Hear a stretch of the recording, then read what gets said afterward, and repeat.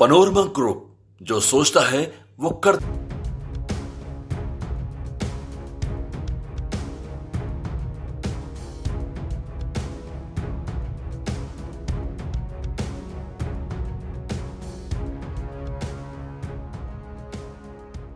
नमस्कार, आपके साथ मैं रोहित कुमार। आप न्यूज फाउंडेशन पर। चिराग पासवान ने एक बार फिर से बीजेपी को घुटने टेकने पर मजबूर कर दिया है। कुछ ऐसा इसलिए हुआ क्योंकि झारखंड में चिराग पासवान ने पूरा खेल बदल दिया। बीजेपी लगातार वहां पर मजबूरी में जदयू को साथ लेने की कोशिश कर रही थी, लेकिन चिराग पासवान ने ऐन वक्त पर जब उनको ये पता चला कि नीतीश कुमार की पार्टी वहां पर चुनाव लड़ने जा रही है, उनकी पार्टी में बड़े बड़े चेहरे शामिल हो रहे हैं, तो आनन फानन में चिराग पासवान ने भी झारखंड में बड़ी मीटिंग की और उस मीटिंग के बाद झारखंड में चुनाव लड़ने को लेकर के ऐलान कर दिया।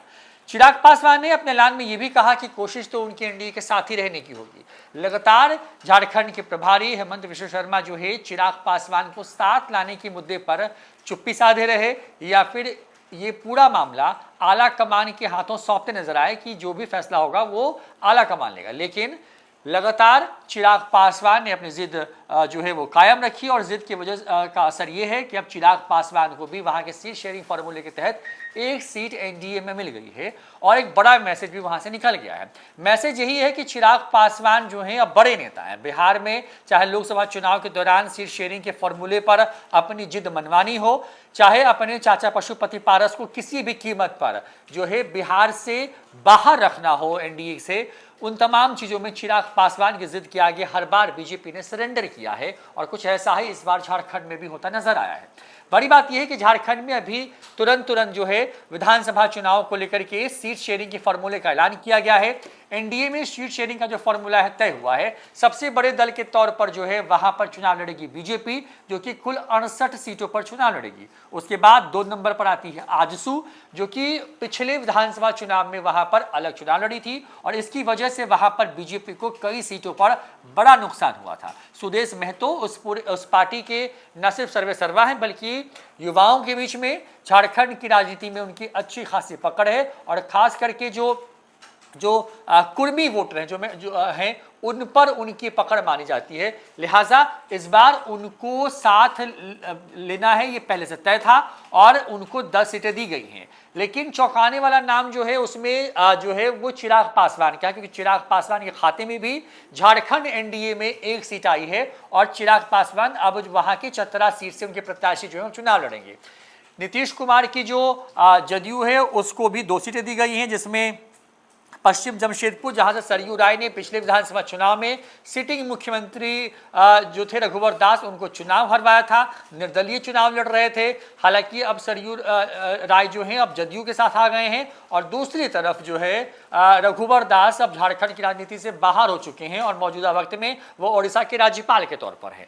जाहिर तौर पर बीजेपी ने स्ट्रैटेजी के तहत एक एक जो कमियां थी बीजेपी के अंदर, जिसकी वजह से पार्टी के अंदर अंतर विरोध था, उन तमाम चीज़ों को पहले दूर किया। वहां पर क्योंकि वोटर्स हैं उनको पोलराइज करने के लिए बीजेपी का जो टेस्टेड फार्मूला है उसी फार्मूले के तहत वहां पर बीजेपी ने हेमंत विश्व शर्मा जैसे एग्रेसिव नेता को उतारा, वहां का प्रभारी बनाया ताकि वोटों का बिखराव जो है रोका जा सके और वोटों को हिंदू मुस्लिम के नाम पर जो है संगठित किया जा सके। हेमंत सोरेन के जेल जाने के बाद से लगातार वहां पर जो आदिवासी वोटर्स हैं वो गोलबंद हुए हैं, ऐसी खबरें भी हैं। झारखंड लोकसभा चुनाव में बीजेपी को आदिवासी बहुल सीटों पर काफी नुकसान भी उठाना पड़ा। लिहाजा बीजेपी इस बार हर कदम फूंक फूंक के रख रही है और चिराग पासवान को साथ लेना उनकी मजबूरी थी ताकि वहां के दलित वोटरों को साथ रखा जा सके। जाहिर तौर पर जदयू के खाते में 2 सीटें आई हैं। राजा पीटर और सरयू राय चुनाव लड़ सकते हैं, वहां पर ऐलान होना बाकी है। लेकिन चिराग पासवान ने वहां पर एक बार फिर से घुटने टेकने पर मजबूर कर दिया है बीजेपी को। चिराग पासवान ने कई राउंड की मीटिंग की झारखंड से लेकर के दिल्ली और फिर हेमंत विश्व शर्मा के साथ में। तस्वीरें दिखेगी, हेमंत विश्व शर्मा के साथ वो विशेष विमान में मीटिंग करते नजर आए। वहां पर लगातार सीट शेयरिंग के फॉर्मूले पर बात होती रही। हालांकि चिराग पासवान की लोजपा ने दावा 11 सीटों का किया था, लेकिन उनके खाते में 1 सीट आई है। लेकिन सांकेतिक तौर पर भी झारखंड जैसे राज्य में जहां पर लोजपा रामविलास की कोई अपनी बहुत मजबूत सियासी जमीन नहीं है, वहां एनडीए के बैनर तले लड़ना ही चिराग पासवान की एक बड़ी जीत है और नीतीश कुमार भी इस जीत एक तरीके से कहें कि शुरुआत शुरुआत में जीतते नजर आ रहे हैं। हालांकि जदयू ने वहां पर दावा कई सीटों का किया था, अंतिम लड़ाई 3 पर आकर अटक गई थी, लेकिन अंतिम में 2 पर वो मान गए हैं। और एक सीट जहां पर जो जदयू के खाते से ली गई है या जदयू को जो मिलने वाली थी, वो सीट चिराग पासवान को देकर के झारखंड में एनडीए को और स्ट्रांग किया गया है। वहां पर अगर महागठबंधन की बात करें तो वहां पे झारखंड मुक्ति मोर्चा यानी कि जेएमएम, हेमंत सोरेन की पार्टी जो कि सत्ता में इस वक्त है, कांग्रेस, आरजेडी और लेफ्ट पार्टियां जो वहां पे गठबंधन के अंदर में हैं, ये सभी मिलकर के वहां पे महागठबंधन बनाती हैं। तो एनडीए का कुनबा भी वहां बढ़ गया है।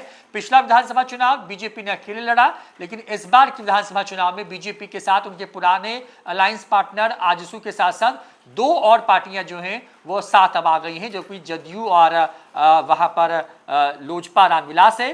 क्योंकि बिहार से अलग होकर झारखंड बना है, बड़ी संख्या में बिहारी मूल के लोग वहां पे अब रहते हैं। जाहिर तौर पर बिहारी वोटर जो हैं चिराग पासवान और नीतीश कुमार के नाम पर, उनके काम के अंदाज पर जो है बीजेपी की तरफ अपना रुख कर सकते हैं। और बीजेपी ने इसी स्ट्रेटजी के तहत जो है वहां पर सीटों का बंटवारा किया। और चिराग पासवान ने एक तरीके से कहें कि चुनाव में वोट पड़ने, चुनाव के नतीजे आने के पहले ही झारखंड में एक सीट पर ही भले उन्होंने अपने हिस्से लाने में अपनी पार्टी के लिए एक सीट ला पाने में वो कामयाब हुए हैं। तो इसका एक बड़ा फायदा जो है चिराग पासवान को होता हुआ दिख रहा है। और चिराग पासवान एक तरीके से कहें कि मोरल विक्ट्री वहां पर पहले ही ले लिए। फिलहाल इतना ही देखते रहिए न्यूज़ फॉर नेशन। नमस्कार।